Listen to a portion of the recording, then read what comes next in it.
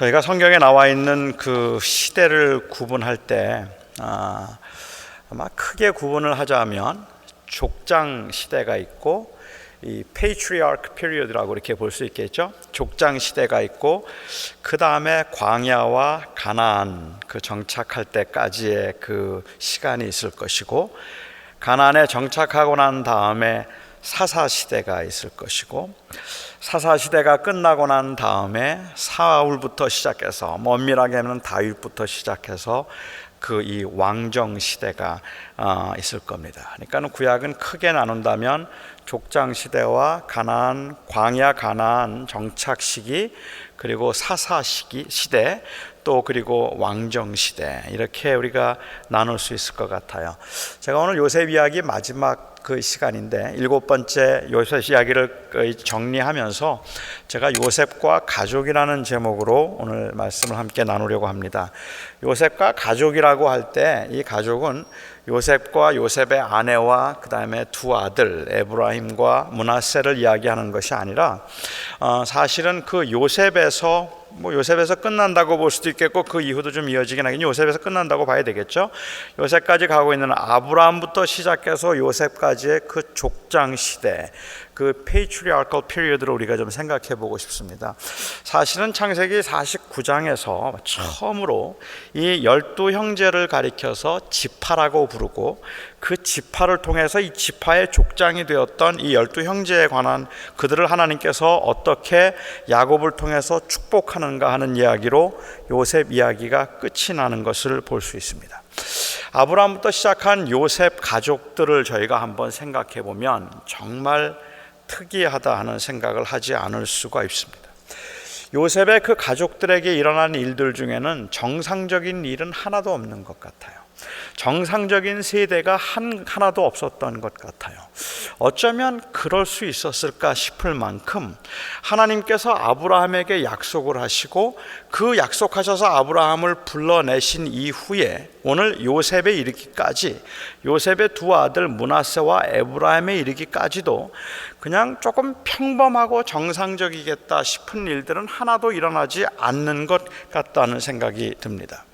아브라함을 하나님께서 부르실 때, 아브라함을 부르시면서 그 자손이 하늘의 별과 같이 바다의 모래와 같이 많게 하겠다고 주님께서 말씀을 하셨고, 아브라함으로 하여금 복의 근원이 되게 하여서 너를 통하여 모든 민족이 복을 받게 할 것이다 라고 주님께서 그렇게 약속을 하셨습니다. 하지만 그렇게 약속을 받고 시작되었던, 아브라함으로부터 시작되는 이 아브라함의 가족, 요셉의 가족, 이 페이트리아크는 정말 환난과 순환의 연속이었다고 보아야 될 것 같아요. 아브라함도 잘 살았습니다. 야곱도 잘 살았고 요셉도 잘 살았어요. 하지만 그들이 얼마나 물질적으로 풍요하게 누리며 살았는가 하는 것은 창세기 전체의 이야기에서 보면 전혀 중요한 내용이 아니에요. 그런 내용들이 중요한 것이 아니라 오히려 그들의 그 모습을 보면 정말 그 약속이라는 관점에서 볼 때는 아슬아슬하게 이를 데 없는 그러한 이 긴장의 연속인 가족이라고 보아도 틀리지 않을 거라고 생각합니다. 항상 긴장할 수밖에 없는 그러한 상황들이 연출되고, 그 긴장 가운데 아슬아슬하게 하나님의 약속이 성취되어가는 그러한 장면을 우리는 창세기를 통해서 계속해서 볼 수가 있습니다. 하나님께서 아브라함에게 큰 민족이 되게 하겠다고 약속을 하시고, 내 자손으로 하늘의 별과 같이 바다의 모래와 같이 많게 하겠다고 그 약속을 하셨지만, 아브라함이 그 약속을 받았던 것은 75세 때입니다. 75세 때 그 약속을 하나님께서 하셨으면 우리 생각에는 그 약속을 하신 하나님께서 이제 아브라함이 나이도 좀 있으니까 빨리빨리 그 약속을 이루어 가셔야 되는 거 아닙니까? 그런데 하나님께서는 25년을 기다리게 하십니다. 그리고 그 초조함과 그 긴장 가운데 25년을 기다리고 더 이상은 아이를 낳을 수 없겠다고 생각해서 오죽하면 사라가 웃었겠어요. 내가 임신할 거라고 하니까 그 얘기 듣고 웃을 수밖에 없을 만큼 절망적인 상황까지 끌고 가신다는 말입니다. 그래서 아브라함이 100세의 아들을 낳았습니다.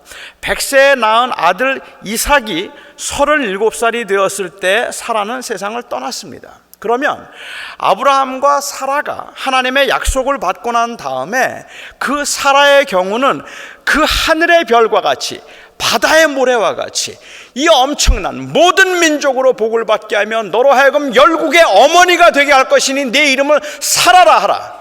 열국의 어머니가 되겠다고 해서 이름까지 사라라고 바꾸었는데 자손 하나 보고 죽어요. 참 이거 황당하지 않습니까? 그렇게 생각하면. 아브라함은 어떻습니까?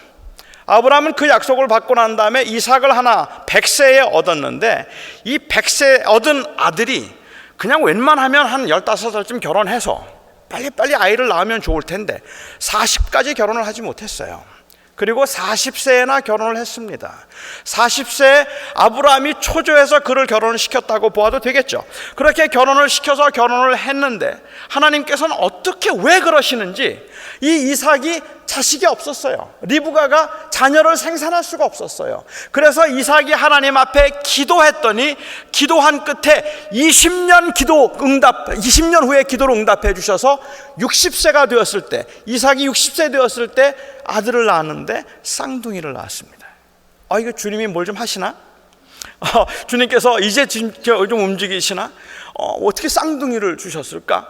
그래서 야곱과 에서 쌍둥이를 낳게 했는데 그 야곱과 에서가 15살 되던 해, 그러니까 아브라함이 175세가 되던 해에 아브라함은 세상을 떠났습니다. 그렇다면 하늘의 별과 같이 바다의 모래와 같이 내 자손을 많게 할 것이며 너로 하여금 열국의 아버지가 되게 할 것이고 너로 하여금 온 민족이 복을 받게 하리라고 하는 그 복이라고 하는 것을 그 하나님께서 약속하시고 그 복을 받았다고 말하는 모든 사람들의 복의 근원이 되겠다고 하셨던 그 약속을 들었던 아브라함이 자그마치 그 약속 듣고 100년 기다리는 동안에 딱 자손 셋 보고 갑니다. 이게 참 허망하지 않습니까? 그렇게 생각하면 하나님께서는 그래서 야곱과 에서를 주셨는데 이 야곱과 에서가 그냥 하나님이 그래 에서가 먼저 나왔으니까 네가 장자니까 너를 통하여서 내가 구원을 이루시겠다 이랬더라면 그 가정이 얼마나 편하겠어요. 왜 하필이면 또 야곱이에요. 또 둘째를 통해서 하시는 바람에 야곱이 온갖 순환과 그 고통을 다 경험하고 난 다음에 야곱은 결국은 형을 피해서 도망을 가야만 했던 상황이 생겼고 정말 그 야곱을 통한 하나님의 구원 계획이 완전히 끊어질 상황까지 이르게 되었다는 말입니다. 아브라함 때도 하나님의 약속이 끊어질 듯 이어져 내려왔고 야곱의 때도 그 약속이 끊어질 듯이 내려와서 그가 얼마나 많은 고난을 당하고 얼마나 많은 죽을 뻔한 고비를 넘겼는가를 생각해 보면 이거 하나님께서 그 야곱을 통해서 하셨던 약속, 여러분 야곱에게 하셨던 약속 기억하십니까? 야곱이 고향을 떠날 때 하나님께서 말씀하시기를 내가 너로 하여금 내가 내게 복을 줘서 너로 하여금 모든 민족이 복을 받게 하겠다 말씀하셨어요. 그게 하나님께서 야곱에게 하셨던 약속입니다. 모든 민족이 복을 받게 하겠다. 그리고 그 가정은 참 순환을 겪게 되는데 그래도 야곱 때 비록 부인을 넷을 두기는 했지만 그래도 그 야곱의 자손이 12이 됐어요. 이게 기하급수적으로 번성할 수 있는 그런 기회를 야곱 때 얻은 것 같아요. 아들 12명을 둔 것이죠. 이건 대단한 거라고 저는 생각을 합니다. 저는 4형제입니다. 저희 아버님이 3대 독자세요. 저희 어머님이 무남동녀십니다. 그러니까 저희는 가족이 없어요. 형제도 없고 친척도 없는데 저희 어머님께서 저희 아버님과 결혼을 하시고 아들 넷을 낳았습니다. 이것은 가문의 은혜입니다. 저희 가문을 저희 어머님 아니었더라면 우리 큰일 날 뻔했는데 아들 넷을 하나님 그 어머님을 통해서 낳아서 노씨 집안이 번성하게 된 거예요. 그래서 6명이 미국에 이민을 오게 되었고 그리고 그 네 아들이 다 결혼을 해서 이 아이들을 9명을 두었습니다. 그 9명 중에 7명이 남자입니다. 저는 남자를 특별히 좋아하는 건 아니지만 아무튼 그냥 그렇게 들어주세요. 이 9명이 남자예요. 저는 이 9명의 아이들이 결혼을 하고 그리고 3명씩만 더 나오면 저는 미국을 휘어잡을 수 있다고 생각합니다.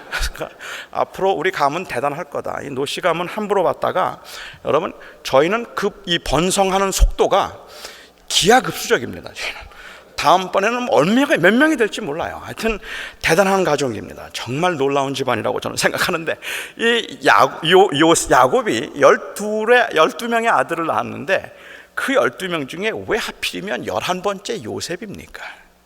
왜 그렇게 그를 편애합니까? 그를 그렇게 편애하는 바람에 가족이 또 어려움을 겪게 됩니다. 그래서 가족들이 다 흩어지게 되고, 아버지는 요셉이 죽은 줄 알고 슬픔 가운데 살게 되고, 그리고 요셉은 그 애굽 땅에서 온갖 고난을 다 당하는 것을 볼 수 있습니다.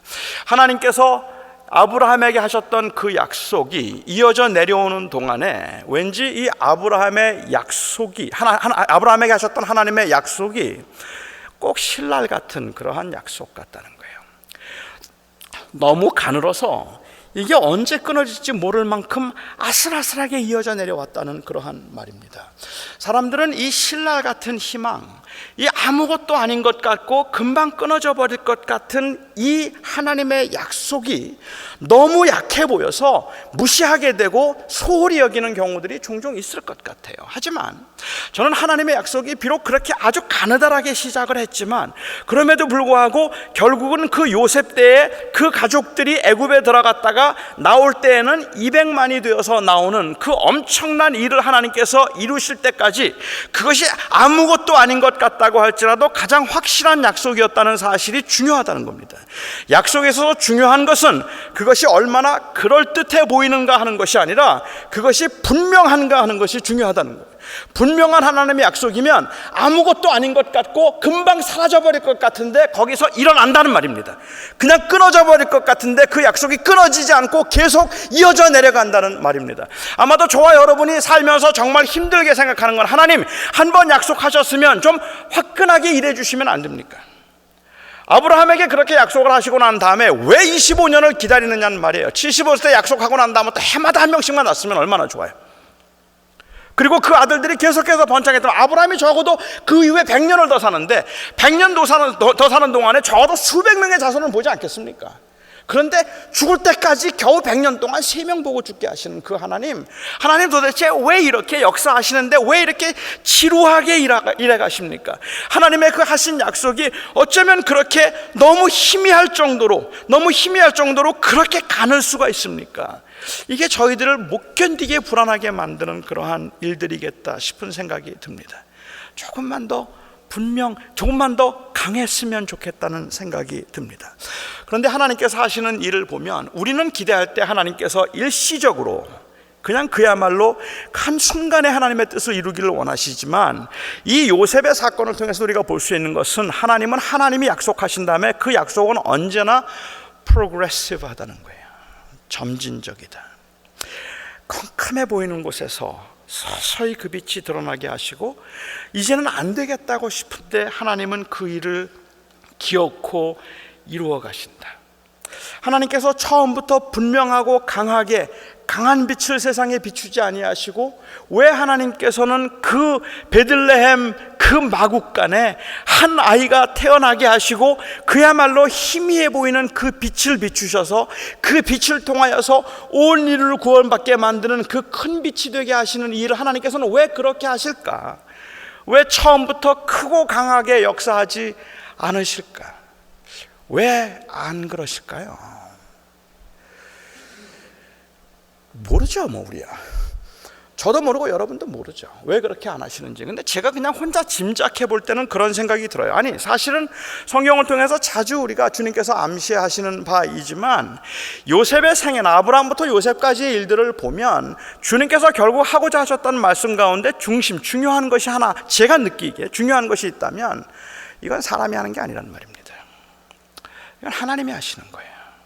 하나님께서 하시는 일임을 보여주기 위해서, 아무 육체라도 자랑하지 않도록 하기 위해서, 그가 그렇게 했기 때문에 잘된 거야 라는 말을 하지 않도록 하기 위해서, 인간은 계속 넘어지고 실수하기도 하고 인간은 그 가운데서 절망하기도 하지만 결국은 하나님이 이루시는 것이라는 거죠. 요셉의 이야기를 통해서도 우리가 강조해야 되는 부분은, 요셉이 그 고난 가운데 어떻게 믿음을 지켰길래 그가 하나님께서 그에게 그렇게 축복해 주셔서 총리가 되게 해주셨는가? 이거 요셉 이야기 잘못 읽고 있는 거란 말입니다. 저는 요셉 이야기를 하면서 지난 7주 동안 계속 강조하고 싶었던 것이 요셉이 얼마나 훌륭한 믿음의 사람이라서 하나님께서 요셉을 축복하셨는가 하는 이야기가 아니었습니다. 그 요셉의 생애를 통해서 그 고난 가운데 환난 가운데서 하나님은 어떻게 기가 막히게 그 약속을 요셉을 통해서 이루고 계셨는가 하는 것을 저는 강조하고 싶었고, 저는 그것이 성경이 말하고 있는 주제라고 생각합니다. 구원은 사람이 하는 것 같은데 사람이 하지 못합니다. 하나님이 하십니다. 우리의 인생을 우리가 돌아보아도 이게 우리가 경영하고 우리가 하는 것 같은데 돌아보면 돌아볼수록 이건 내가 하는 일이 아닌 거예요. 하나님의 계획이 있어야 되고 하나님의 인도하심이 있어야 되고 하나님의 섭리가 있어서 죽었다 싶은데 살아나고 이젠 됐다 싶은데 무너지게 하는 것, 그것은 하나님께서 바로 하나님이 하시는 일이라는 것을 우리들에게 보여주기 위한 것이 아닐까. 결국은 하나님께서 그 하나님의 계획을 가지고 계시기 때문에 제가 여기도 기록을 해 놓았지만 하나님의 하신 일을 보면 저희는 이 지속적인 긴장과 반전을 우리는 볼 수가 있는데, 창세기에 나와 있는 이 지속적인 반전과 긴장, 이것은 하나님의 긴장이 아니라 우리의 긴장이고 우리의 반전이다 하는 말입니다. 무슨 말씀인가 하면은요, 이게 만일 하나님의 긴장이고 하나님의 반전이라면 이 하나님의 약속이 있는데 그 백성들이 범죄할 때 아니면 환난과 고난 가운데 있을 때 그 환난과 고난 가운데 있는 그 사람들을 보면서 하나님께서 긴장하지 않겠습니까? 하나님께서 그래서 그 하나님의 능력과 지식의 한계가 있어서 주님께서 그런 일을 당하는 게 아니라는 것을 요셉의 이야기를 통해서도 우리가 볼 수 있다는 말이죠. 결국은 하나님께서 요셉에게 꿈을 주시고 요셉을 인도해 가실 때 그 형들이 요셉을 죽이고자 하고 요셉을 괴롭혀서 요셉을 죽이려고 해서 그 하나님의 꿈이 무산되도록 하는 것, 그것이 그 형제들이 가졌던 생각이었지만, 그들이 그래서 요셉을 그렇게 죽이려고 했던 그 순간들이 하나님께서 긴장하실 수밖에 없는 인간의 반란이 아니라, 저는 하나님은 이미 벌써 그 계획들을 가지고 우리를 인도해 가시는 분이었기 때문에 그 긴장과 반전은 우리의 것이었다는 말입니다. 여러분들의 삶의 현장에서, 저의 삶의 현장에서 제가 느끼고 있는 그 긴장은 하나님의 긴장이 아닙니다. 왜일까요? 저는 하나님의 계획이 있다고 믿기 때문입니다. 그리고 그 하나님의 섭리가 있기 때문이라고 저는 믿어요. 우리는 앞을 볼 수 없기 때문에 미치도록 두렵지만 하나님께서는 이미 우리를 향한 계획과 그 전능하신 손으로 우리의 걸음을 인도하고 계시기 때문에 비록 아무것도 보이지 않는 것 같고 신랄 같은 희망 하나 붙들고 가는 것 같은 여러분들의 모습이라 할지라도 주님은 감히 우리들에게 두려워 말라 말씀하실 수 있는 겁니다. 그것은 주님이 주관하시고 주님께서 인도하시기 때문에 그렇다고 생각을 합니다.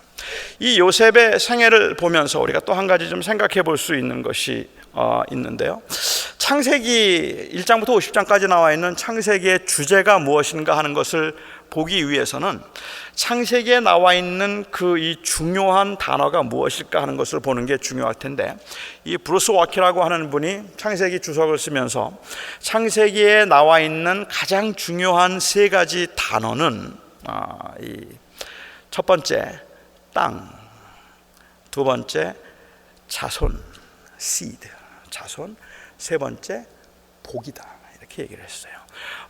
그 복에 관한 단어가 제일 많이 나오고, 땅이라는 말이 제일 많이 나오고, 그리고 이 자손이라는 말이 제일 많이 나옵니다.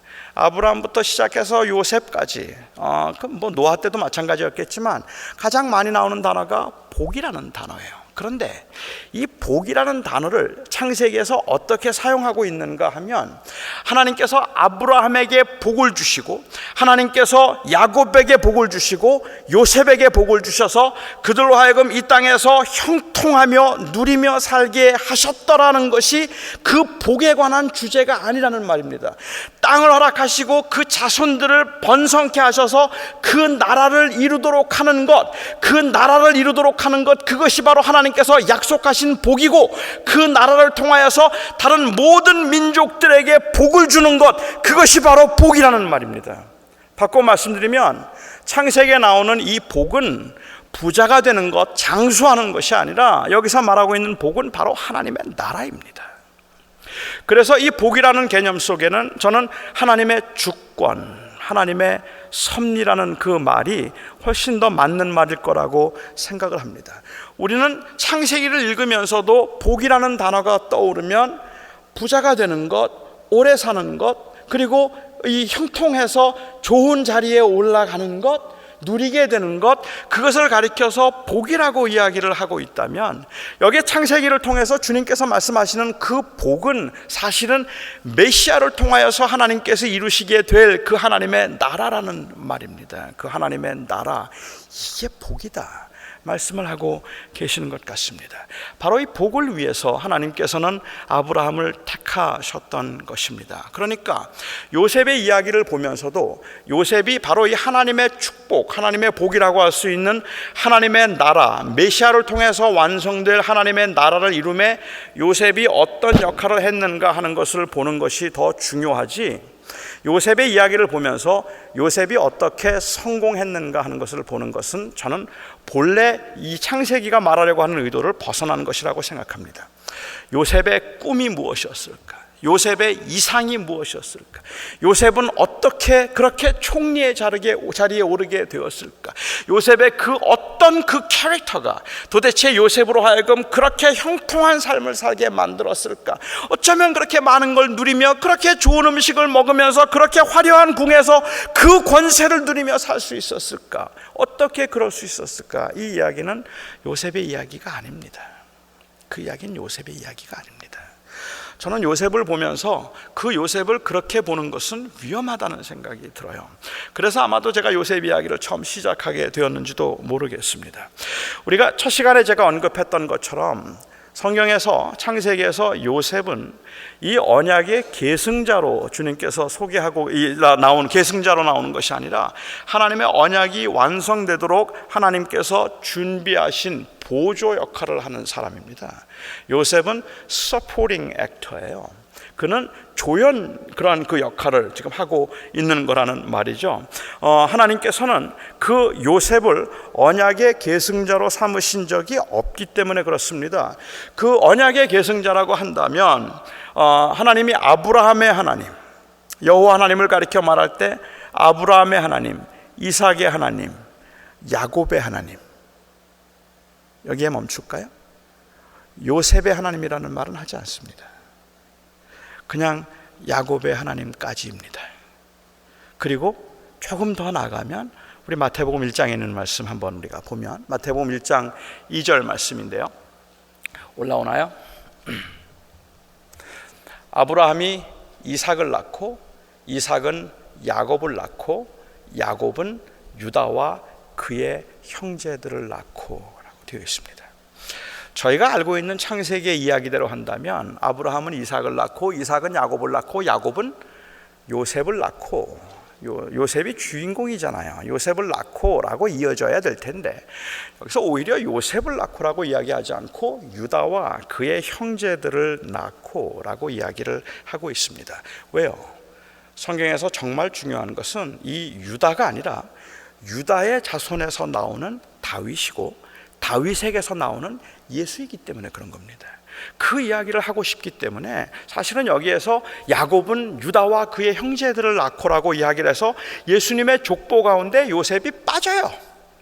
예수님의 족보 가운데 우리가 알고 있는 성경의 주연급으로 이야기를 한다면 아브라함의 하나님, 이삭의 하나님, 그리고 이 야곱의 하나님, 요셉의 하나님, 이게 맞지 않겠습니까? 그런데 그렇게 나오지 않는다는 거예요. 왜? 그냥 언약을 강조하고 있는 것이기 때문에 그렇다고 생각합니다. 하나님께서는 요셉을 이스라엘 백성들을 준비시키기 위해서 하나님께서 세우신 사람이었는데 언약의 계승자가 아니지만 그 언약이 이어질 수 있도록 하기 위해서 아주 지대한 역할을 한 두 사람이 있습니다. 이 두 사람이 바로 요셉과 또 한 사람은 누구죠? 모세입니다. 모세도 언약의 계승자가 아니었습니다. 하나님께서는 그 율법을 통하여서 언약을 약속을 하셨지만 그 모세에게 한 번도 하나님께서 내가 네 민족, 네 자손으로 하여금 번성케 하여 뭐 큰 나라를 이루게 하겠다든지 이런 말씀 주님께서 하신 적이 한 번도 없기 때문에 그렇습니다. 한 번 예수님께서 모세에게 그 말씀을 하신 적이 한 번은 있었던 것 같아요. 출애굽기 32장 10절에 있는 말씀을 보면, 이것도 올라오나요? 출애굽기 32장 10절에 하나님께서 너무 화가 나셨어요. 이스라엘 백성들이 모세가 십계명을 받는 동안에 이스라엘 백성들이 이 금송아지를 만들었거든요. 그리고는 금송아지를 만들어서 절을 하고 그들의 그 극심한 불안과 불신을 아주 노골적으로 표현한 것을 보고 주님께서 너무 화가 나셔서 여호와 하나님께서 모세에게 말씀하시기를, 그런즉 내가 하는 대로 두라. 내가 그들에게 진노하여 그들을 진멸하고 너를 큰 나라가 되게 하리라. 이 말은 아브라함 버리고 이제 모세, 너를 내가 세워서 너로 하여금 큰 나라가 되게 하리라 라고 말씀을 하시는 겁니다. 됐잖아요.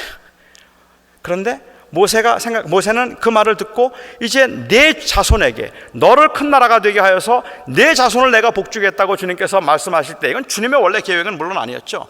모세가 그 앞에서 중보하면서 하나님 그렇게 진노하여 이 민족 진멸하시면 하나님의 명예의 문제 있습니다.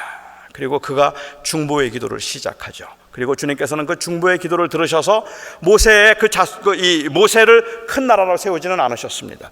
하나님께서 모세를 들으셨는데 요셉은 그 아브라함의 자손들로 하여금, 아브라함과 이삭과 야곱의 자손들로 하여금 요셉의 역할은 그들을 애굽으로 데리고 들어오는 것이 그의 역할이었고, 그 다음에 모세의 역할은 그 애굽에 있던 바로 그 아브라함의 자손들을 다시 애굽 밖으로 데리고 나가는 역할을 하는 것이 그의 역할이었습니다.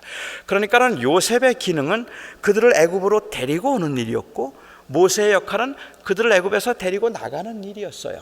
하지만 이들이 하는 일 가운데서 결국 중요한 것은 아브라함의 자손들이 지금 하나의 큰 민족을 이루어서 예수 그리스도가 오셔서 온 백성들에게 모든 민족에게 복이 되도록 하기 위한 그 구원의 프로세스를 이루고 계시다는 것이 중요하다는 말입니다. 저는 요셉의 그 기능, 역할이 어떤 면에서 그가 중요할까라고 생각하면 바로 이 부분에서 그 하나님의 약속이 성취될 수 있도록 했다는 점에서 그것이 중요한 것이라고 보아야 하지 않을까라는 생각을 합니다. 야곱은 창세기 49장에서 이 12명의 아들에게 축복을 합니다. 그 12명의 아들에게 축복을 하는 그 축복의 내용은 거의 예언과 같다고 말할 수도 있겠는데, 3절부터 27절까지 25절에 걸쳐서 12명의 아들들에게 복을 빌어요. 25명에게 25줄로 12명에게 복을 빌려면 한 사람에 몇 절씩 하면 되죠? 2절. 그리고 요셉은 조금 괜찮으니까 3절. 이렇게 하면 25절이 되나요? 그런데 재밌는 건 그 25절을 통해서 복을 비는 중에 요셉과 유다에게 복을 비는데 10절을 씁니다. 그리고 나머지 15절을 가지고 10명의 아들에게 복을 빌어요. 시몬과 레위는 그냥 붙여서 하나로 해요. 그들은 살인을 했기 때문에. 이 야곱의 마음속에 얼마나 그 당시 세겜에서의 그 사건을 얼마나 그가 두려워하고 있었는지, 그리고 얼마나 그가 분노하고 있었는지를 잘 보여주는 그러한 모습이라고 말할 수도 있을 것 같습니다. 그런데 그가 그렇게 의도적으로 축복하고 있는 것을 볼 수 있습니다.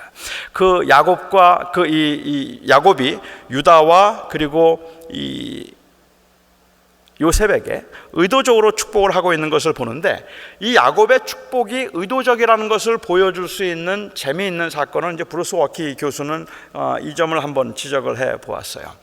야곱이 어떤 사람인가 한번 잘 생각해 보시면 아마 좀 이해가 될 거라고 생각합니다. 요셉에게 아들이 둘이 있었습니다. 므낫세와 에브라임이 있었습니다. 므낫세가 큰아들입니다. 요셉은 아브라함에게 그 두 아들을 데리고 오면서 그 할아버지가 그들에게 축복해 주기를 원했습니다. 보통 축복할 때 오른손을 내밀어서 오른손은 장자에게 축복을 하고 왼손은 차자에게 축복을 합니다. 둘을 동시에 같이 놓고 축복을 그렇다면 당연히 장자에게 오른손이 가는 것이 맞습니다. 그래서 오른손으로 므낫세를 축복할 수 있도록 요셉은 므낫세를 그 오른손 쪽에 놓았고 에브라임을 왼쪽에 놓았습니다. 근데 이 야곱이 손을 가로놓고 축복을 해요. 가로놓아서 오히려 오른손으로 에브라임을 축복하고 왼손으로 므낫세를 축복합니다.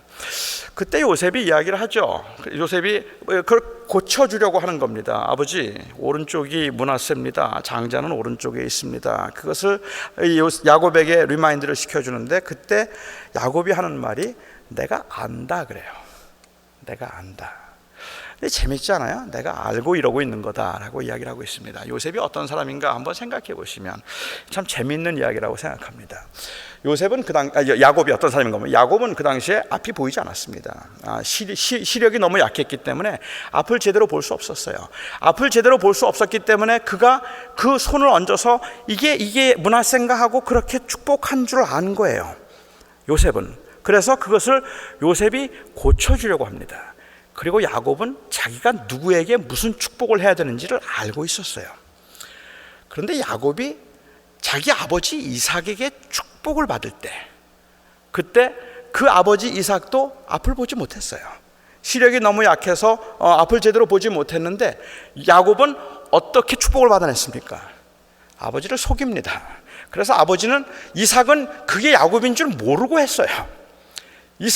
에서라고 생각하고 축복을 받아냈는데, 이렇게 아버지를 속여서 복을 받았던 그 야곱이 이제 에브라임을 놓고, 저는 그 에브라임에게 축복할 때 요셉이 이야기할 때 나도 몰랐네 라고 그렇게 말하는 것이 아니라, 이삭은 몰랐어요. 눈이 어두워서. 그런데 야곱은 눈이 어두웠음에도 불구하고 정확하게 그가 의도한 대로 에브라임에게 복을, 오른손을 얹어서 복을 빌고 있는 모습을 우리가 볼 수 있습니다. 이거는 그냥 야곱은 타고나면서부터 편애하는 사람이기 때문에, 특별히 그가 둘째로 한이 많아서 항상 둘째만 좋아했다, 이렇게 보기는 좀 어려울 것 같고, 거기에 하나님의 어떤 섭리에 대한 그 축복을 하면서도 그는 하나님의 섭리와 인도하심에 대한 깨달음이 있었다는 의미라고 보아야 될 것 같아요. 저는 그런 의미에서 유다와 이 요셉을 축복했는데, 요셉에게 했던 5절에 걸쳐서 했던 그 긴 축복의 내용들은 모두가 다 그가 형통하게 되고 잘 살 것이라는 그 이야기입니다. 그가 잘 살게 될 것이고, 그가 복을 주셔서 하나님께서 그를 창대케 하시고 번성케 하신다, 그 이야기 하셨습니다. 유다에게 무슨 복을 5절에 가서 무슨 복 하셨는지 아십니까? 내게서 왕이 나올 것이라. 유다에게 내게서 왕이 나올 것이라. 실로가 너에게서 올 것이며 홀을 그가 붙들리라. 여기에 셉터를 붙들고 왕으로서 온 세상을 통치할 자가 너에게서 나오리라는 메시아닉한 이 예언을, 그가 그 복을, 축복을 하고 있는 것을 볼 수 있습니다. 결국은 그 언약이 어떻게 이어져 내려가고 있는가 하는 것을 우리에게 보여주고 있다고 생각합니다. 전 창세기에서 정말 중요한 건 바로 이 하나님의 나라라고 저는 생각했습니다. 창세기의 주제를 만일 제가 말씀드린 것처럼 그 복이라는 개념을 모든 사람들에게 축복을 할 수 있는 큰 민족을 이루는 것, 큰 나라를 이루는 것이라고 얘기했다면, 이 복은 결국은 하나님께서 통치하고 다스리신다는 하나님의 주권과 하나님의 백성인 그 백성, 자손들과, 그리고 그 땅, 주권과 땅과 백성, 떠오르는 단어 없으세요? 나라입니다. 나라. 한 나라를 이루는 기본 요소들입니다. 그 나라, 하나님의 나라를 메시아를 통해서 이루시겠다고 하는 하나님의 약속을 이야기하고 있는 것입니다. 창세기의 주제는 하나님의 나라입니다. 고향을 떠나서 가나안에 정착하면서 거기서 하나님의 축복을 받고, 가나안을 떠나 애굽에 있으면서 또 거기에서 하나님의 축복을 받고, 그 축복은 결국은 그 백성들로 하여금 다시 애굽을 떠나서 가나안으로 들어가도록 하기 위한 것이었다는 말이죠. 요셉의 사건을 통해서도 우리는 하나님의 나라에 관한 이야기, 하나님의 구원에 관한 이야기를 들어야 한다고 생각합니다. 하나님의 백성, 하나님이 다스리시는 곳, 하나님의 백성들이 거하는 곳, 바로 그 나라를 우리가 동경하면서 아브라함의 자손들은 애굽에서 430년 동안 살게 되는데, 그 후에 그들은 하나님께서 통치하시는 가나안으로 들어가게 되는 겁니다. 창세기 끝부분을 보면 이 야곱의 자손이 요셉의 도움으로, 그래서 애굽에서 행복하게 살았더라. 요셉이 하나님 앞에 헌신된 삶을 살더니 하나님이 그를 애굽의 총리가 되게 하여서 그가 큰 복을 누리며 자손 대대로 야곱이 축복한 대로 복을 받았더라. 이 이야기가 창세기의 끝이 아니라는 말입니다. 창세기의 끝은 요셉의 유언으로 끝나고 있습니다. 요셉의 유언은 무엇인가 하면 이제 나는 죽겠는데, 요셉이 먼저 죽은 것 같아요. 110세에 그가 세상을 떠났는데 나는 죽게 될 텐데 내가 죽고 난 다음에 형들이 하나님의 인도하심으로 이 애굽을 떠나 그 가나안 땅에 가게 될 때 제발 내 유고를 가져가 주십시오라고 합니다. 내 뼈라도 내가 그 가나안 땅에 묻히기를 원합니다. 내 뼈라도 그 가나안 땅에 가기를 원합니다. 그가 꿈에도 그리고 사모하고 있던 것, 그 요셉이 그렇게 사모하며 바라보고 있던 것은 애굽에서의 영화와 부귀가 아니라 바로 그 하나님이 다스리시는 하나님의 나라였다는 말입니다. 그래서 그는 그 하나님의 나라를 바라보고 하나님이 어떻게 그 민족을 그곳에 두셔서 그 민족으로 하여금 400년 동안에 그 이 아브라함의 자손으로 하여금 큰 민족을 이루게 하시고 400년 후에 어떻게 그들을 건져내어서 하나님이 하나님의 약속을, 그 아브라함에게 하셨던 그 약속을 어떻게 이루시는가 하는 것을 보여주기 위해서 그 역할을 충실하게 감당하고 그 자리에 하나님께서 세우셨던 사람이 바로 요셉이라는 말이죠. 그런데 우리는 그 요셉의 이야기를 자꾸만 복받는 방법으로만 생각을 한다는 거예요. 어떻게 요셉이 이렇게 잘 될 수 있었을까?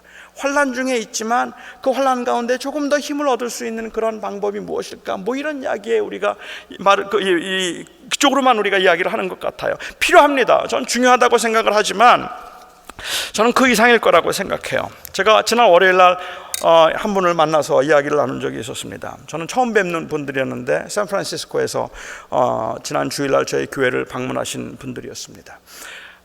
그분들과 제가 같이 이야기를 나누는 중에 그분들이 그런 말씀을 하세요.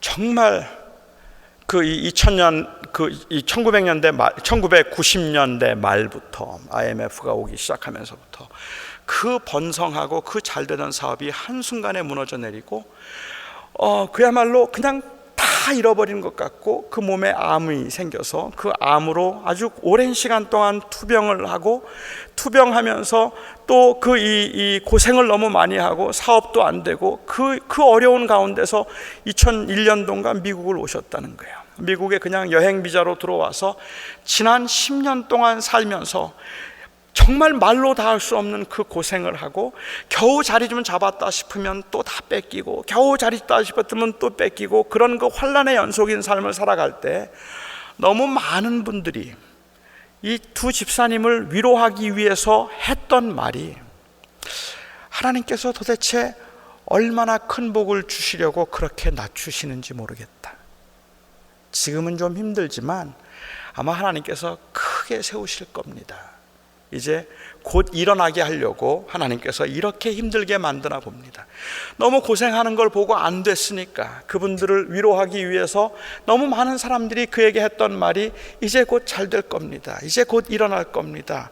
하나님께서 크게 복을 주시려고 그러는 것 같네요. 하나님 더 의지하면 이제 옛날의 그 명성을 곧 그거보다 더 큰 걸 찾을 겁니다.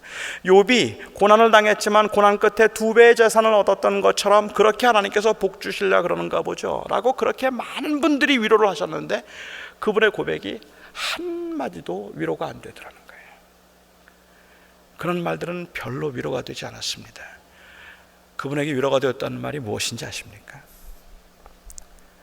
우리가 바라는 곳은 이곳이 아닙니다 하는 그 말입니다. 우리가 소망하는 곳은 여기가 아니라 바로 그곳입니다. 그 말만 위로가 됐다 그래요. 그 말만. 저는 요셉의 이야기를 통해서 환난과 고난 가운데 요셉이 어떻게 견뎌서 요셉이 그렇게 훌륭한 사람이 되었을까라는 이야기가 여기에 있는 많은 분들 중에 혹시 어떤 분들은 그 자리에 올라설 수 있을지 모르지만 나머지 분들에게는 그것은 오히려 상처일 수 있다고 생각합니다. 또 처음부터 요셉의 이야기는 그 이야기를 하는 게 아닙니다. 요셉의 이야기는 요셉의 축복받은 이야기, 복받은 이야기를 하는 것이 아니라 모든 민족에게 복이 되기 위한 그 하나님의 뜻을 이룸에 요셉이 어떻게 쓰임받았는가, 그 이야기 바꿔 말씀드리면 하나님 나라 이야기 하고 있는 겁니다. 우리는 지금 이 땅에 살면서도 지금 이 자리에서도 우리가 정말 신랄같이 그렇게 가느다란 희망을 보는 것, 희망을 가지고 살아가는 것처럼 모든 환경이 열악한 것 같고 안 풀리는 것 같고 힘든 것 같지만, 이거 지나고 나면 내가 이 골짜기를 지나고 나면 내가 크게 부자가 될 것이라는 것, maybe not. 그럴 수도 있고 그럴 수도 있지 않을 수도 있겠죠. 하지만 우리가 그것을 소망하며 살아가는 것이 아니라, 그것이 다 하나님의 주권 가운데 있다면, 그것이 전부가 다 하나님의 섭리 가운데 있어서 하나님께서 내 걸음과 길을 인도하신다면, 나는 지금도 때로는 끼니를 이을 수 없을 것 같은 그 긴장과 불안을 가지고 있기는 하지만, 하나님이 내 삶을 인도해 가신다면 결국은 이 땅에 살면서 내가 소망하고 바라는 것은 바로 그 하나님의 다스림입니다.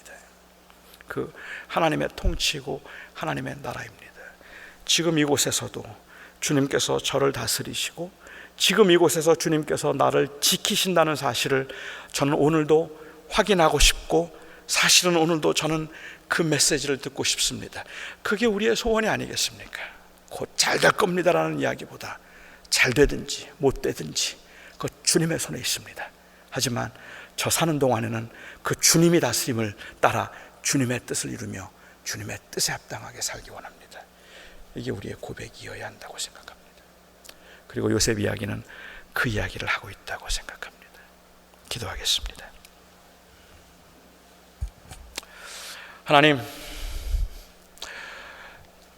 요셉이 얼마나 많은 고생을 하고 얼마나 억울하게 그 13년 동안을 노예로, 종살이로, 우리 중 아무도 경험해 보지 못했던 그러한 엄청난 고난을 당했지만, 그의 인내를 통하여서 그가 기어코 애굽의 총리가 되고, 하나님께서 모든 그 형제들로 하여금 절을 하게 만들겠다던 그 꿈을 이룰 수 있었던 요셉의 생애를 보며 요셉을 그리워하고 요셉을 부러워하고 존경하며, 나도 요셉처럼 그렇게 모든 형제들이 나에게 절을 하는 그 자리에 가겠다고 마음을 다잡고, 그래서 다시 우리가 일어서는 그 모습이, 아버지 하나님, 저는 오늘 주님께서 우리들에게 원하시는 모습이 아니라고 저는 확신하고 사랑하는 성도들과 말씀을 나누었습니다.